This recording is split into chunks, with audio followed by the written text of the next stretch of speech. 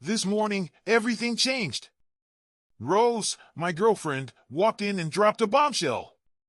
She was 24, I was 25, and we had been together for 2.5 years. I never saw this coming. "We need to talk," she said, her voice shaky. What followed was a request so far from anything I expected, it felt like my world was spinning. She wanted to open up our relationship. That was the last thing I thought she'd say. It hit me like a punch to the gut. I honestly believed we were doing well, happy, secure. Her words made no sense. I asked her to explain, still trying to piece together what was happening. She told me it was about growth, both of us, she said. It would help us grow, she suggested. Grow? I had no idea what she meant. My mind raced as I tried to stay calm, but inside I was crumbling. How could she think that this was the solution? This wasn't growth. It felt like a betrayal. I didn't even know what to say, so I just told her to leave. I needed space, time to think. She seemed shocked, maybe even hurt. Did she expect me to agree? Was this all a test, a sick game? Her face twisted with emotion, but I stayed firm.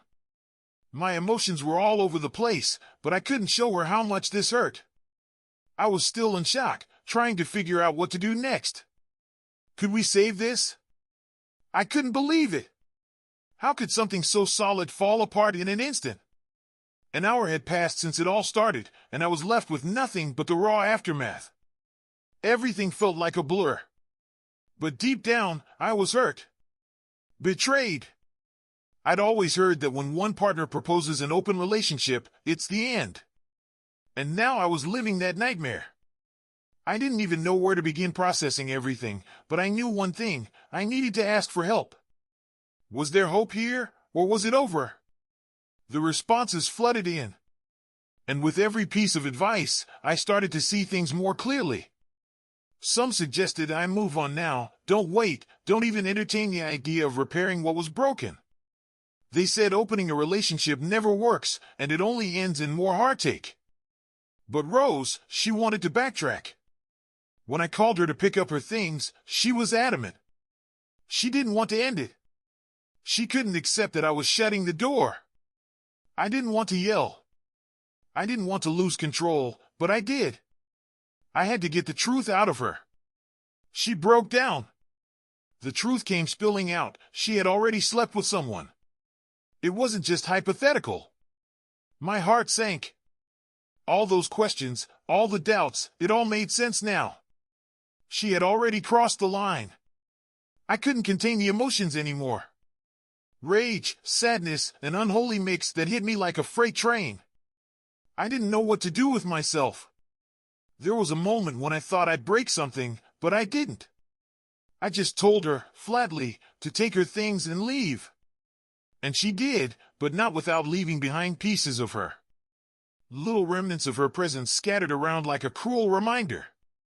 It's funny. I thought I'd feel relief once she was gone. But instead, I felt numb. I didn't respond to her frantic texts. I didn't need to. I was done. She had made her choice. I couldn't help but think that she'd already made plans, that she knew exactly who she wanted next. I felt sick, but at least I wasn't waiting around anymore.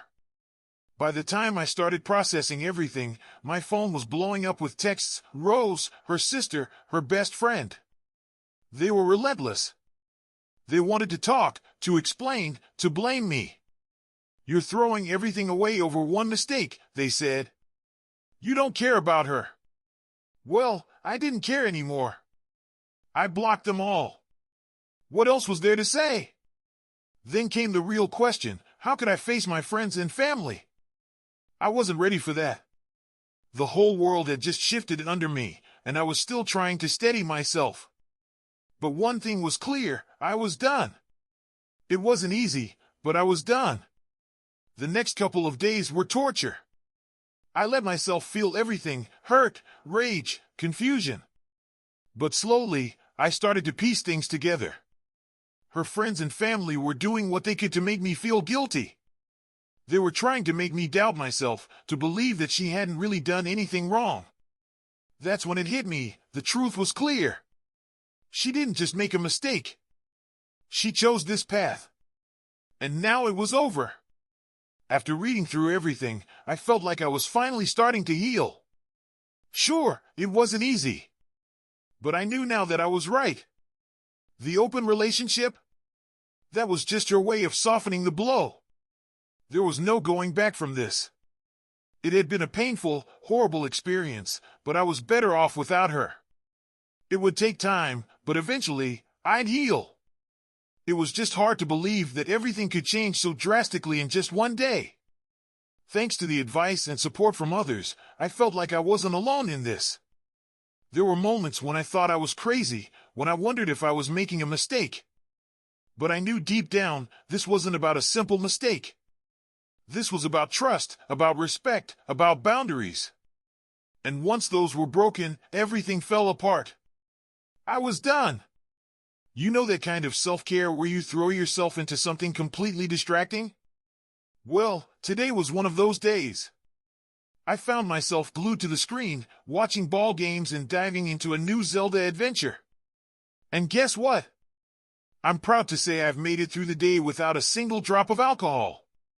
After everything that went down, I was determined to keep it together. But the real work started when I began packing her things. It wasn't easy, but I managed. I had a buddy help me out. He dropped everything off at her place and even sent me a photo. There it was, her stuff just left on top of her car like it was some bizarre, impersonal delivery. Honestly, I couldn't help but laugh at the absurdity of it. The universe has a strange way of throwing curveballs, doesn't it? And speaking of people reaching out, some of you were worried I might try to reconnect with others, but I assure you, the people I care about, the ones who need to know, are fully in the loop. It wasn't easy, but I finally mustered up the courage to call my mom. My heart was heavy with shame as I dialed her number, but I did it. And then I sent a message to Rosa's parents, just to make sure my side of the story was clear.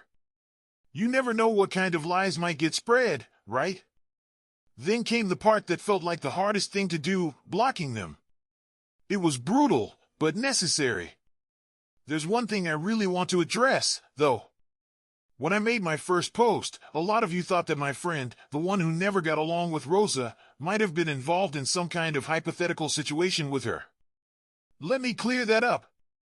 If that were true, it would shock me more than discovering that Rosa wasn't who I thought she was. He lives miles away, only met her once, and he's engaged. I don't want to say that it's impossible, but honestly, it would blow my mind. Your support has been overwhelming, and I can't express how much I appreciate every single comment and message.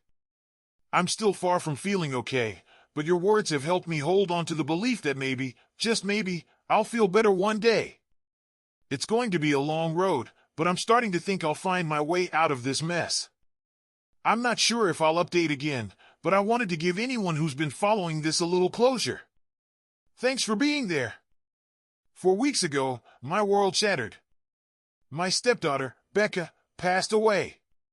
It's been unbearable. She was just 14 years old, and I've known her since she was 7. We were close, closer than I could have ever imagined. She was family in every sense of the word. But in the aftermath, things took a turn I never expected. My husband, Derek, and his ex-wife, Sam, well, they're not exactly strangers to each other. In fact, Sam and I have always gotten along, which, in hindsight, was both a blessing and a curse. There's been no tension in the 8 years I've been with Derek, no animosity between me and Sam. She's always been kind, and when Becca passed, Sam was in pieces. She had no family left. So, we did what we thought was right. We invited her to stay with us. Sam barely left the house, and I understood. Grief is heavy, and she found solace in Becca's room, clinging to memories of the girl we both loved. I made it clear that she had all the time in the world to grieve, no pressure to rush back to her own home. But today was different. I had errands to run and asked Sam if she wanted to get out for a while. She turned me down, saying she'd rather stay in and rest. I told Derek I was leaving and that I'd be back in a couple of hours. As always, I reminded him to check on Sam every once in a while, maybe encourage her to eat something. I had to make a quick return to grab a forgotten library book, and as soon as I stepped through the front door, I heard it. Moaning. It was coming from our bedroom. I knew exactly what was happening. My heart hit the floor. I didn't know how to react, but in that moment, I decided there was no point in pretending I didn't know. I marched into the bedroom and immediately started yelling. Sam ran to the bathroom, visibly panicked, and Derek? He was apologizing, begging for understanding. I asked him, through gritted teeth, what the hell was going on. He started explaining that he had made lunch for Sam, and they were talking about Becca, sharing memories, and somehow that turned into, well, more than just words. He didn't pull back, and before either of them knew it, they were in our bed. They begged me to understand. They said it was grief, that they didn't mean for it to happen, that it was a mistake. A mistake! The words echoed in my mind like a punch to the gut. How could this have happened? How could they put me in this position? I feel trapped. Torn between love for both Derek and Sam and the unbearable pain of betrayal. What am I supposed to do now? The comments came flooding in as people weighed in on the situation. That would be a hard no for me, one person wrote. I get grief, but how can this be an excuse for cheating? What happens next time he's sad? Another commented, asking if she owned the house and suggesting changing the locks. Stay strong, they added.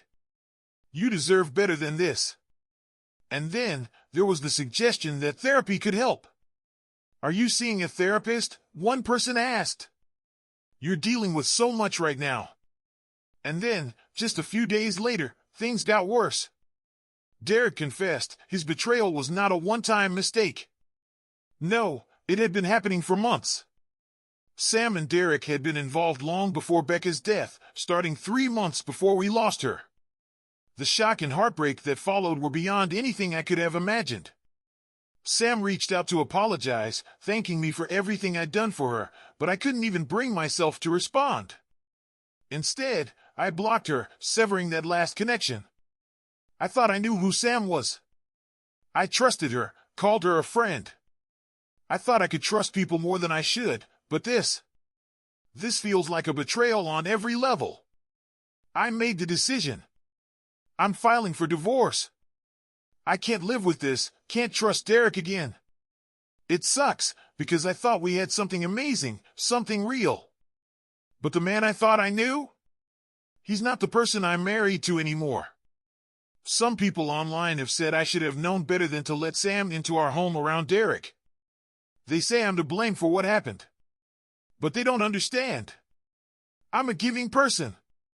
I trust people, even when I shouldn't. And Sam? She was kind, so I believed in her. But this betrayal is too much. The support has been incredible. It's been overwhelming. Thank you to everyone who has sent kind messages. They mean the world to me. I never imagined I'd be here, but now that I am, the questions keep coming. How could Derek justify his actions? He said it was a mistake, that it all started with a conversation about our struggles, about our miscarriages. But somehow, that led to more than just words. It's disgusting. How can he vent about our pain and then turn around and have sex with Sam? It feels wrong in every possible way. Update 2. It's been a couple of weeks now, and things are changing fast. Derek's staying in a hotel now, after his friends refused to take him in. It seems like he's lost everything. And as for Sam? She's no longer in my life. I've made it clear I want nothing to do with either of them. Derek begged me not to file for divorce. But I told him, I'm done. I'm exhausted. And in the end, he agreed. What's next for me? I don't know. But I'm taking it one step at a time. Peace is all I want now. It was sudden. Just like that, she was gone, taken in a car accident while with one of her friends. 1 minute, the world felt whole. The next, it shattered. And as if that wasn't enough, questions linger. Was her friend's family supportive? Did they know the secrets Derek was hiding? Would they still support him if they knew what he did? I always got along with Derek's mom. She and I could talk for hours. But Derek, well, he's always been the ultimate mama's boy, so things are complicated. His mom, bless her heart, always stands by him. If she didn't live so far away, he'd probably still be living under her roof. She knows what he's done. She told me they had a talk, but at the end of it, he's still her son. And no matter what, she'll help him if he asks. It's heartbreaking, but I think I'm going to have to cut her off too. I never thought I'd say that, but it feels like the right thing to do. I can barely process it. We were so close. I thought of her as family. We used to talk on the phone every day, and now, well, it might be time to let go. And speaking of letting go, there's more. After everything with Derek, I found out that he's staying with Sam, not at the hotel like he told me. The excuse? He says it's too expensive, and Sam's the only one who'll help him right now. It stings, knowing they're probably still together. I always had a feeling, but hearing it, knowing it, hurts more than I can say. My heart aches. I spoke with a lawyer this morning, and we're moving forward with the divorce. Derek agreed. It's actually happening. It's surreal. But there's a sense of relief, too. At least he's not putting up a fight. My mom leaves on Sunday, and honestly, I'm terrified of being alone. It's overwhelming. But I go back to work Monday. I hope it'll keep me distracted, maybe even give me some peace. Thank you to everyone who's been there for me. Your support means the world. And then, the questions from others started rolling in. One person asked how I found out Derek was staying with his ex-wife. What did I expect? He's been a stranger to the truth for so long, hasn't he? But still, hearing it out loud, seeing it in writing, was like a slap to the face. Someone else pointed out, he's never been truthful. Anything he says should be taken with a grain of salt. Honestly? They're right. It's hard to trust anything that comes out of his mouth. And going no contact with Sam? Feels impossible. I responded. Derek texted me this morning after we talked to the lawyers. He said he wanted to be honest with me. But I told him, stop. I don't need the updates. I don't need to know what he's doing with his life. It was almost like he wanted to tell me to hurt me. Why else would he say that? But there's more. My mom and I went for a nature walk this afternoon. It helped. Becca loved gardening, and I couldn't help but feel closer to her with every step we took. Nature, the garden, the simple things that made us feel connected, it helped. Then, I found something. Becca's diary. I didn't plan on it, but I couldn't resist. It was buried in a box, tucked away in the back of her closet. I know it's wrong to read it without her permission, but I just wanted to feel closer to her, you know? So, I did it.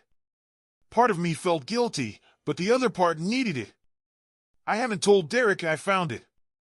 Not sure if I should. What would you do in my shoes? May 19th, 2024, I update again. My mom is leaving soon, and I'm not sure how I'll handle being alone. She's been my rock these past few days, but now she's going, and I feel empty. Tomorrow is my first day back at work. Honestly, I'm scared. But part of me feels like it's exactly what I need to stay distracted. I did read more of Becca's diary, though. And what I found? It made me love her even more. It wasn't just teenage crushes or memories of her friends, it was the simple stuff, the sweet stuff. But then, I found something else. She noticed something between Derek and Sam. She didn't say it outright, but it was clear. She thought it was odd how often they'd hang out, just the three of them, without me. But no mention of the affair. Not directly. Just little notes that made me wonder. And then came the update on May 26th, 2024. Things were getting heavy. Messages, comments, all flooding in. It's funny how people can be so quick to judge, but I had to share. My first week back at work? It was better than I expected. It was a relief. So, I decided to take a trip to my mom's for the weekend. I needed it. A 3-day weekend felt like a blessing. But there was something else I needed to address. Some people didn't like that I read Becca's diary. They called me a bad mom. Ridiculous, right? I'm doing the best I can. I'm grieving. And reading her diary? It helped me feel close to her in ways nothing else could. And then, June 1st. The drama escalated. Sam found my post. And now she's threatening to sue me.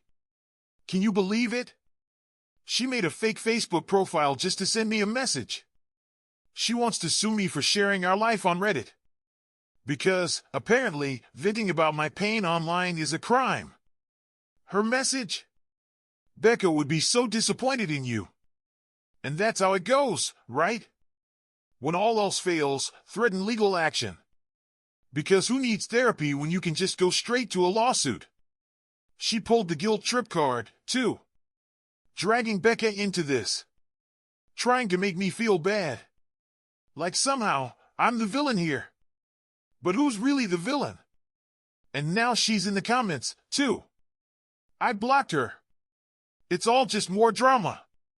I'm so over it. But what else is new? That's all for now. But I'll update again once the divorce is finalized. Until then, I'm taking it one day at a time. And I'm not alone. You guys make this all a little easier to bear. Thank you. Forever grateful. So, what do you think? What would you have done? Do you blame her for venting online? Let me know what you think.